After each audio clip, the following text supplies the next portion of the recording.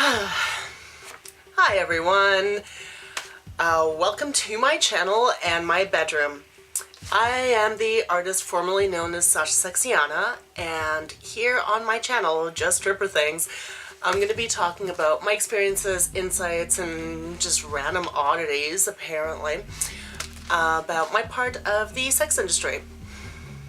So the question that I get the most often probably would be, what made you get into dancing? Well, the very straightforward answer is money. There you have it.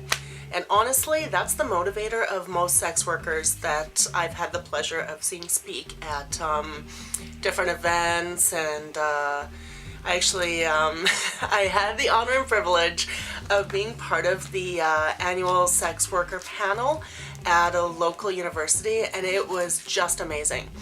I mean, hearing why the local activists speak about the history of the sex industry in Vancouver and how sex workers were driven out of their safe neighborhoods where they had easy access to, well, basically all the support networks that they had and all the different outreach programs, and they just kept being pushed out and pushed out and pushed out, and it's still fucking happening right now.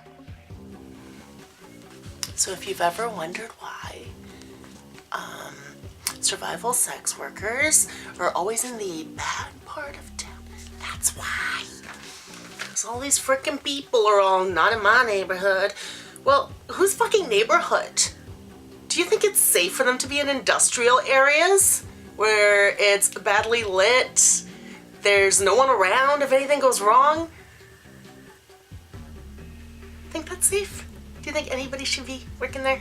Forced to work there? Made to work there?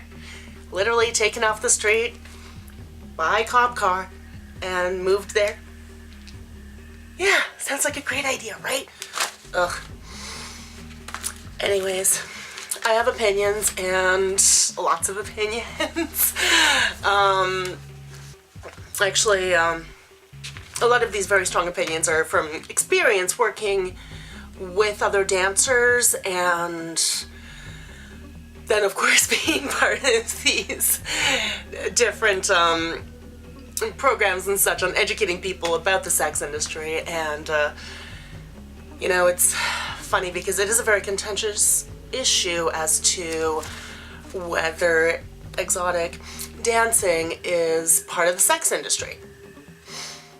Well, to people outside the industry, it is. And they use the same sort of stigma-based approaches to deal with us and to further stigmatize us, to keep us from housing, from jobs, from legal recourse if anything goes sideways for us, even though we're in a legal profession. If something goes wrong and you need help, good luck having the police on your side, because it doesn't always work out that way. Unless you're like me, you have a big mouth, you have a mother who was a paralegal, and you know a lot of legalese, and you know how to say words, like really big words. And then the police officer's really surprised and looks shocked. I'll tell that story one day, maybe not today. So aside from that tangent, there's going to be a lot of that on this channel. There's going to be very strong opinions because I'm a very opinionated person, and most of those opinions are based from experience and yada yada yada. And in my experience, when it comes to the whole, is dancing part of the sex industry, you will literally hear the same bullshit stereotypes being leveled at us as other people in the sex industry. And it's actually, oh my god, it's so frustrating. Because then when you realize it, it hits you like a brick upside the head. Like, we're doing the same shit to other sex workers. We are treating other sex workers, well, some people in the sex industry will, by this whole distancing, like, no. I'm not that. I'm not that. That's gross. That's not me. That's not helping anyone because it's dividing us. Basically, when it comes to the whole stigma thing, the realization came to me when I was talking with another dancer who made a porn. all dancers. The only people who were involved were other dancers and their partners, basically. And Kyla Ryder did such amazing things. She got it out there. She was promoting the fuck out of it. It was really, really cool. And some dancers treated her like shit over it because, again, it's that whole distancing thing.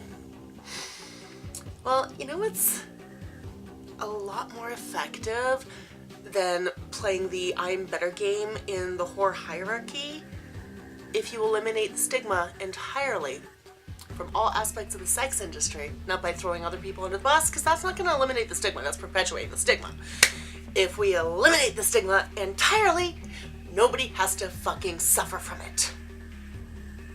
And that's why I do identify as a sex worker, because pedestrians, they don't know the goddamn difference, okay? Oh boy, do they have some ideas. A friend of mine, her fiance apparently kept getting the word stripper and hooker mixed up, and they thought it was very funny. And no, unless you were a dancer, you shouldn't say stripper, and you definitely shouldn't say hooker. Just be safe. Be safe. Because those are very, very weighted words. They have a history to them. They can be very derogatory. And a lot of times, out of the mouth of pedestrians, they're used to tear people down. So how about you don't? I mean, honestly, the only time yes, I know the channel is called Just Stripper Things. I like using the word myself for, like, the shock factor. Just like the hooker monologues was the hooker monologues, because it gets that point across. I don't know, I guess is it a reclaiming thing? I don't know. I'm not trying to reclaim the word per se, but sometimes I will use it when being facetious about the stigma or doing impressions of pedestrians talking about awful stigmatized type things. Going back to the beginning of Before the Tangent, when I started dancing, there were actually 2 times that I started dancing technically. Just like everything else in my life, it's convoluted and difficult, and I'm sure it would be easier to explain if you weren't me. When I first started dancing at the Paramount, and that was like a slightly different type of club because they don't serve alcohol there.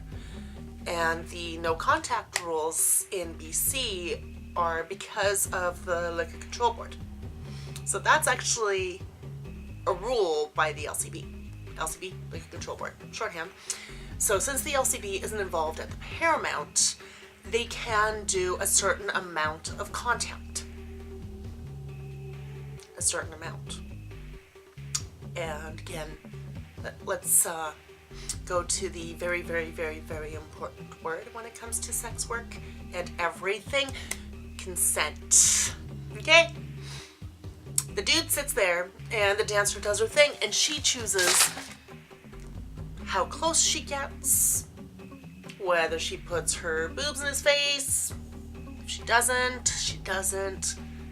He just sits there. That's it. That is probably the most common type of lap dance. So when you hear the word lap dance, that's all it is. And we were taught, and this is the reason why I started dancing at the Paramount actually, because we got lessons. There's no way I would have taught without lessons. I am way too anxious, and I don't like learning new things in front of people. Ooh. Hate her stage fright. Like, oh my god. Our instructor actually taught us how to perform a lap dance while not actually being in their lap. So you'd like put a leg up here and have a knee here and somehow made it look sexy. We found ways to make like literally everything look sexy. It was kind of amazing. So that's actually the other reason why I like the word dancer over stripper, because I feel like dancer evokes more of the skill that's involved in the trade, and there is a heavy amount of different skills you probably never even thought of. So yes, so it was a place where you did not get paid for stage. You did do a couple stage shows, but that was mostly just to advertise yourself. And then you go hustle for private dances, and that's how you make your money. I'm not a good hustler. I really suck at it. Oh my god. It's probably because of my anxiety, but I had no idea that that was a thing of mine. I didn't get diagnosed until I was like 35. I was anxious about being anxious, okay? That's why I didn't get diagnosed until then. Oh, the irony of it! Anyways, I always like to joke around that hustling is, you know, it's about selling a product. So you gotta believe in the product to sell it, and I don't believe in the product, so. But yeah, so that really wasn't my thing. I sucked at the hustling. And the first dance that I did was for a very nice gentleman. He was really sweet. He was very respectful, and it was fine. You know? I felt comfortable. I felt safe. He was nice. The second dance I did, not so much. The dude started by telling me that I was dancing too fast. Or did he start by telling me I should get naked faster? I don't know. He just kept telling me how to do my fucking job. And I'm just like, no. If it was me now, I would have so many choice words for him, like an entire fucking essay for him, I'm sure, because I've gotten a bit better at dealing with that sort of a thing. I mean, it took a lot of practice. I was dancing for like 4.5, 5 years, so you learn, or at least most of us learn. Some of us still stay way too freaking nice. And I don't know whether I don't know, I kind of admire it actually, to keep the niceness. And for some women that I worked with, they still had that like presumption that everyone means well. No, I lost that so fast. Though if you asked my old roommate who used to come to the club sometimes to like pick me up from work and stuff, and him and his girlfriend would sit in the front row going, slow down, you're dancing too fast. He likes to bring up examples of when I still gave people the benefit of the doubt and then they turned out shitty. It's a journey for everyone, and I do think it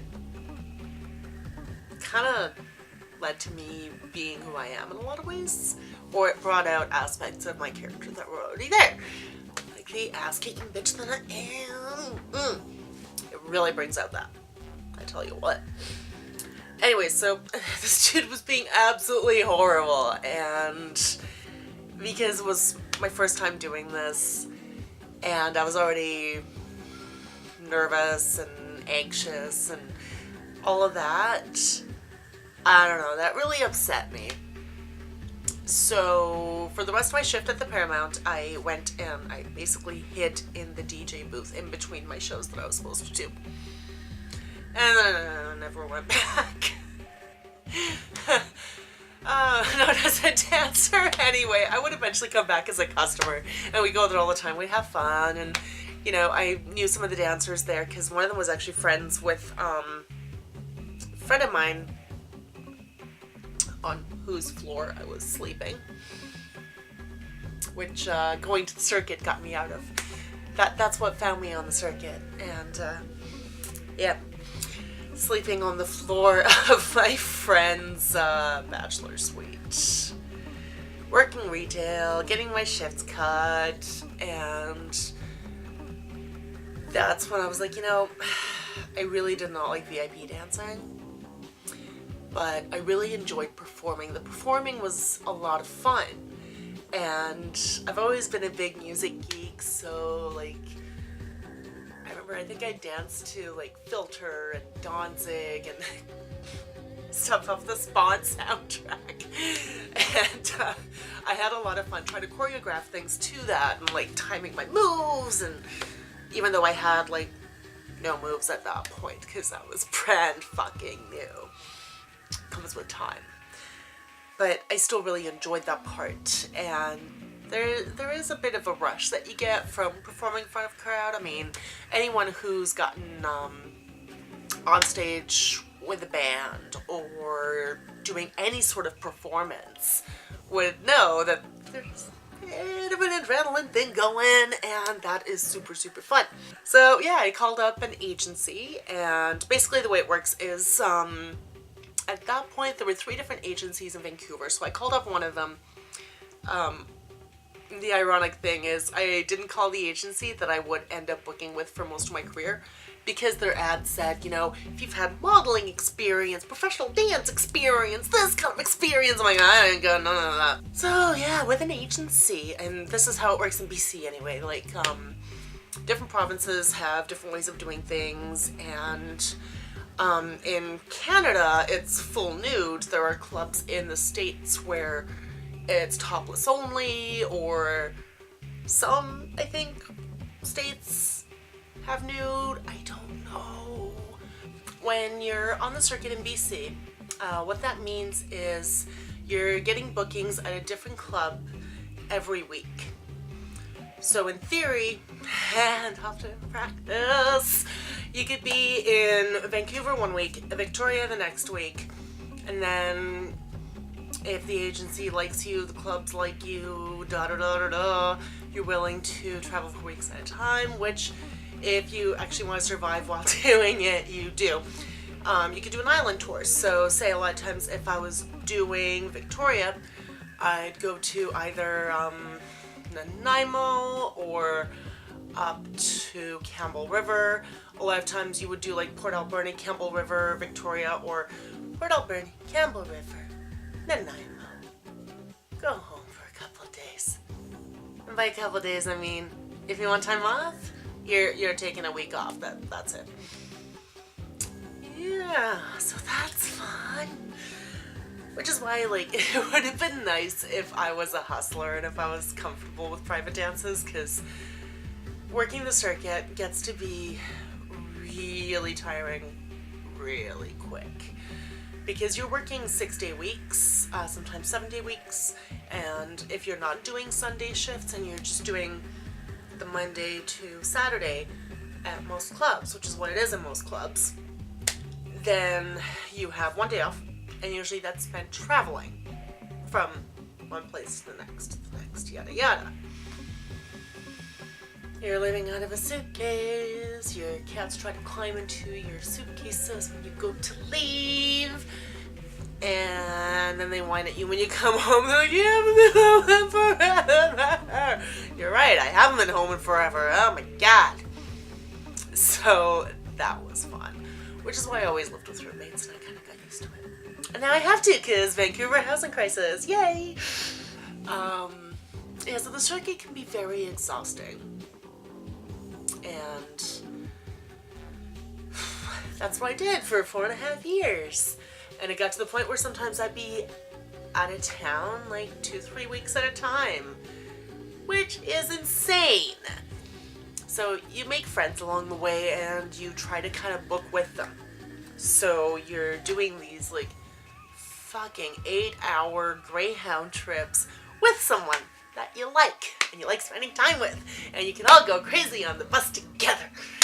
Like the time where my friend started humping the Secret River because she was getting so fucking stir crazy because we're going to Campbell River and it takes forever to get there. And then there was the, are we there yet? No. Are we there yet? No. Are we there yet? Closer. Really? No.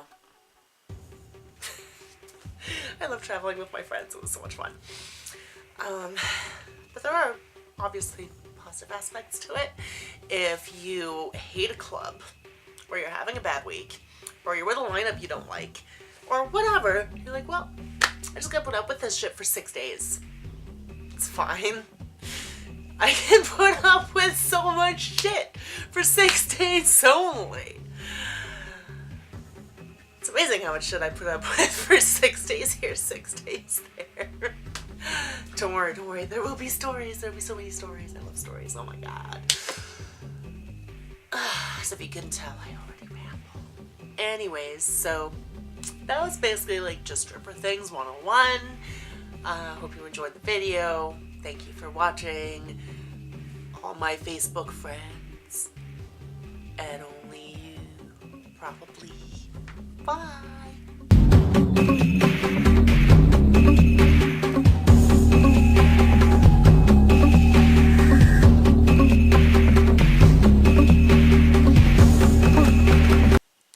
Dancing got me off of the living room floor of, well, not the living room floor. Fuck. So every time I say fuck, we're gonna cut, right? No.